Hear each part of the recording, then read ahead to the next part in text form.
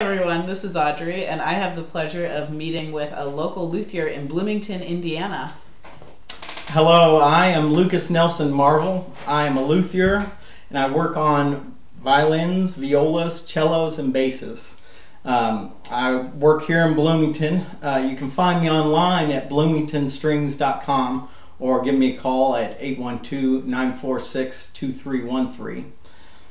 Great. What would you like to ask me, Audrey? All right, so first question I have is, why do I need to watch the humidity?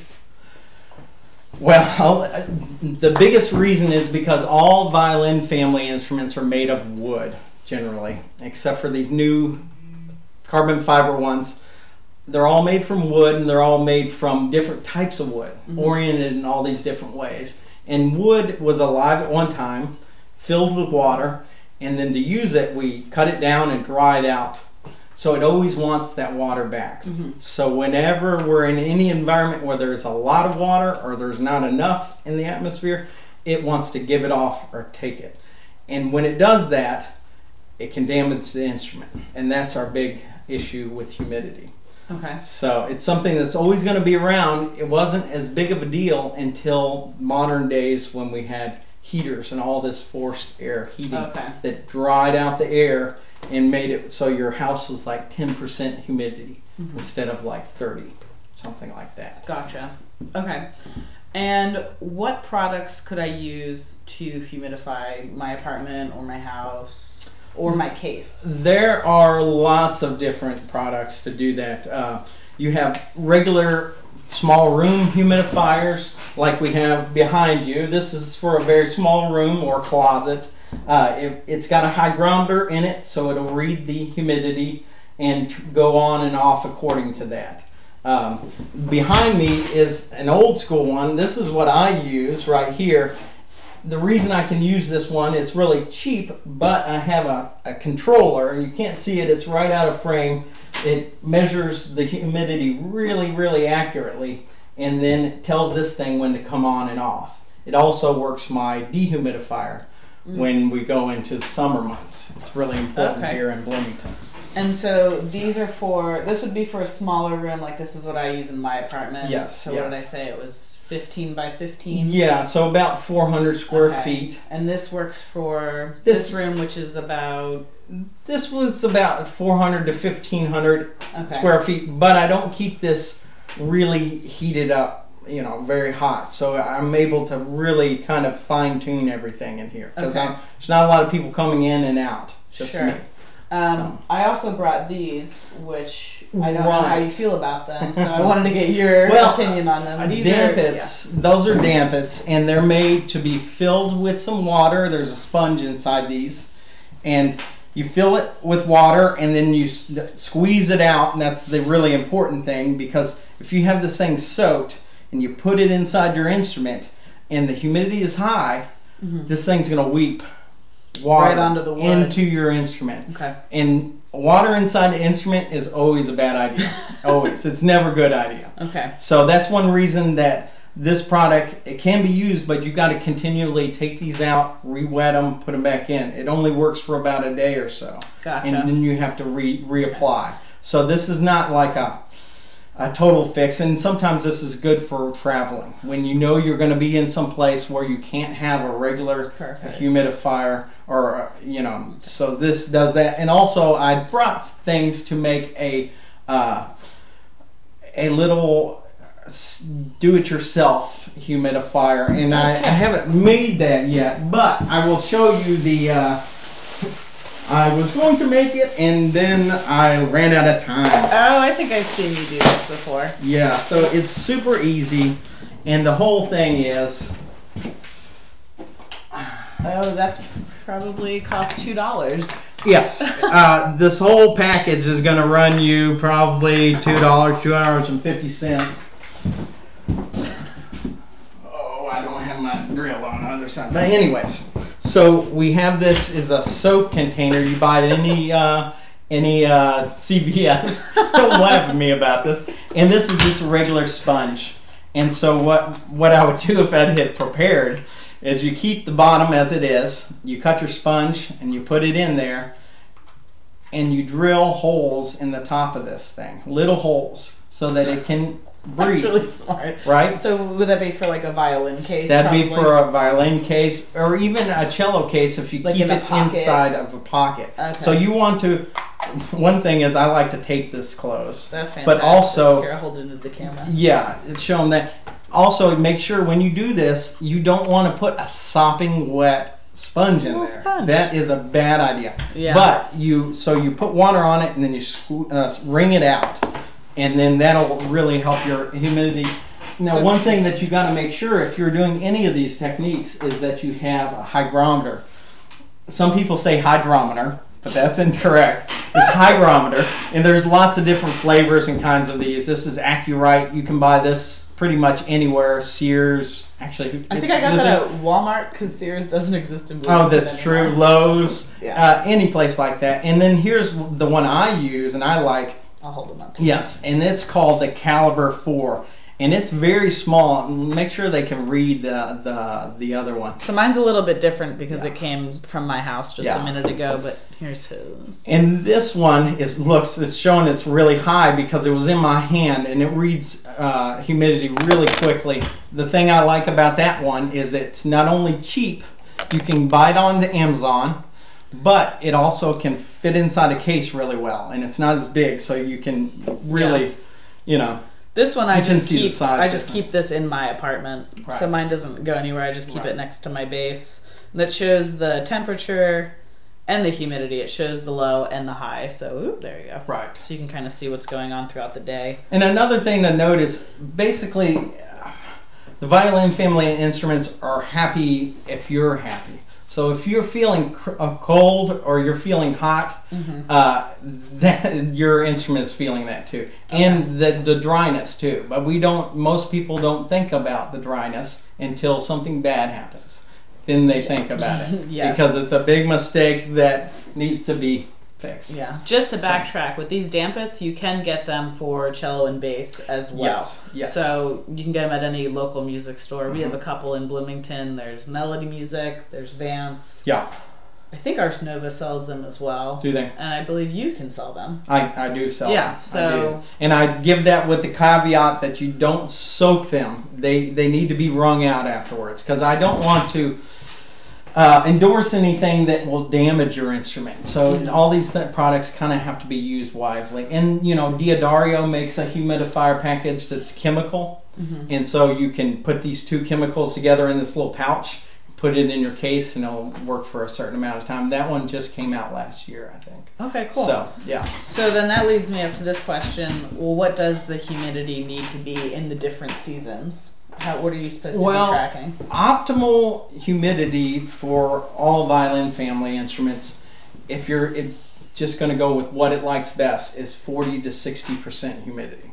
Now, that can't be the case during all seasons. Okay. So the summer, you're going to be looking at 50 to 60% humidity is what you want to keep it in the range of. Okay. It's harder to do in Bloomington because of the really humid conditions we have here. Right. But it can be done, especially if you use a closet. Do you use a closet to No, I have an air conditioner that has a dehumidifier on it. So you're able to keep that whole room. The whole room. And that's what I recommend too. Is it's the smaller the space, the easier it is to keep it acclimatized. That's why this space I'm in, which is fairly small, is really easy because it's only me coming in and out. Yep. And I'm changing everything in here. Yeah, I'm really lucky that it's part of it. Okay, so that was summer. That's summer. 60. Okay. And that's not the most important time. The most important time is winter. Now. Yes. Winter is going to be 30% to 40% humidity. Okay. And so it really wants to be at about 40%. That's where you should try to keep it. But it's going to dip down in the 30s, and that's all right. What you really don't want is to dip down into the 20s, in the 10s and teens. That's when it's imminent danger to your instrument. Okay. That's when cracks can form. And you're definitely going to see seams popping at this point, but you can have some major damage that happens with that low of humidity. You're also going to see, so when you have this low humidity, you're going to see things like seams popping, where It's all glued together, and we glue that with a hide glue so that when it comes under stress, it can pop, relieve a little bit of pressure instead of breaking your instrument. So you want the seam pop over the crack. Exactly. Okay. But if you have a really quick humid to dry period, so like 20 minutes, and it went from 60% to 10%, there's going to be major damage that happens. Okay. And everything from seams popping. Yeah, do you have anything? Things, things like this. This is when you work in a violin shop and the certain time of year comes around, you'll hear pegs start flying. And what it is this gets loose because it's all springing back in on itself because it doesn't have the humidity, and lets go, and your strings fly off. That can be very bad. It can do stuff to your tailpiece. Also can let the pressure off your sound post. Here's another one that was the same kind of issue. You notice that string is gone because I have to replace it. But that sound is that the pressure came off of that sound post, and now it's rolling around inside. So if you ever hear your instrument have that, that means go to see a luthier. Yeah. So go see Lucas. Go see a go see a Lucas. Well, my next question was, how can I check for damage? So those are obvious ones, but if you're at home, how do you know if a seam has popped? Well, you're going to notice a difference in tone. It's going to sound a little bit more gravelly, or almost like you have a false string that's going to happen. That's going to be a big indicator. Also, sometimes you might actually see the big gap. Yeah. A lot of times you won't see it, you'll just hear it. You'll say, hey, this doesn't sound like it used to, and you bring it to me and I check it, and I have lots of different ways to check to see if seams are open, and then glue those back together. And it's something that the better the instrument, the more this is going to happen. Which seems counterintuitive, but it's because these really cheap instruments that they make, that they pretty much shellac totally shut, they can't move much at all, and that's why they don't have as good a sound as a handmade instrument. So where are we at now on things? I think the last question I had was, what do I do when I'm traveling? But it was basically covered with like it's covering that. But one thing you definitely when your case is your best friend with your instrument. You want to keep your instrument inside the case whenever you can, or in a gig bag if you're playing a bass. When you have it, you're going to go play in a really dry place. If you got enough time to prepare, bring your instrument in, bring your case, and open it up and just have it cracked open. Okay. Just so it can easily move to that humidity. That makes sense. So instead of going from, you've got your humidity really nice at 40%, and you go to the hall and it's like in the teens. Yeah, that's something you can't control, their humidity, but you can control how fast your instrument feels. You can bring your damp bits and exactly. Okay. And so you're gonna really you're gonna be a lot more pleased if you give your instrument time to acclimatize. Also, I also recommend, and I was gonna grab one out, but I came ill prepared. Silk bag, a raw silk bag is a great product. The reason is, and I used to make them custom, and I still do from time to time for friends, but silk is hygroscopic also. So this wood is hygroscopic, it wants water, and so is this silk. So if you put this inside of a silk, it's like a humidity filter. Okay. So if you're in a place where it's really dry, the moisture from the instrument will go from the instrument into the silk and then out into the outside environment. Slows it all down, and vice versa. Gotcha. So, and it looks really pretty. Yeah. The stuff I did, really, some gorgeous instrument bags.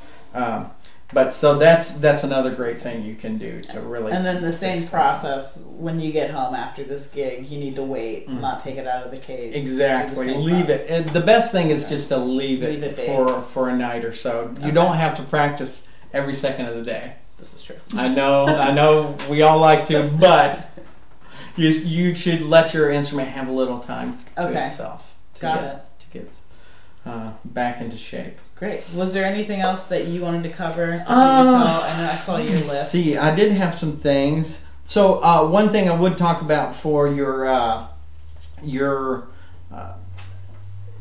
students that play cellos and basses, the larger the instrument is, the more humidity is going to affect it. And so, like you play the bass, it's the worst of all. Yeah. So it's a lot of wood, and so that means a lot of moisture can go into that sucker. And it also means that you're going to see some of the changes that violinists may never see. So in the wintertime, the fingerboard is actually going to go up when it loses humidity. This dries out, and it's going to cause the fingerboard to rise and give you lower string heights. Okay. That's why bassists, American bassists, like those little lifter wheels. Yeah. Europeans don't do that. They don't roll that way. I don't know exactly why that is, but that's one thing that Americans like to do, is have those adjusters. A lot of cellists will have a summer bridge and a winter bridge. Oh, okay. Just to make sure, because they know their instrument, they know where they live too, how big that fluctuation is going to be. Okay. I have a client that lives in Rockford, Illinois, and that's a really cold area, but I've got him trained so well on how to keep his instrument and his grand piano that he's got a cello that's really nice and really persnickety, but he doesn't have to change bridges at all. It doesn't move at all, because he's got this constant 40% humidity at all time. Yeah, he's golden. He's golden on that stuff. Great. So I think that's all I would really can think of off the top of my head. Another thing is, keep a look on your instrument. This thing will not bite you. Look at it. Because, you know, sometimes, and I know you had this, where you were looking at your instrument. Oh, yeah. And you said, what, there's this crack that's going right down the center. Is that supposed to be there? And she brought it to me, and I said, no, that's not supposed to be there. And what it is just humidity activating glue and migrating that joint. And so we had to do a lot of surgery on there, but we got all taken care of, and he's in good shape now. But I'll post pictures of that. Yeah, we can definitely do it. And if you'd like to see some more pictures of it, you can go to bloomingtonstrings.com. In the restorations part, Audrey's bass is in there. See my bass. And you can see her bass all laid out in all of its glory.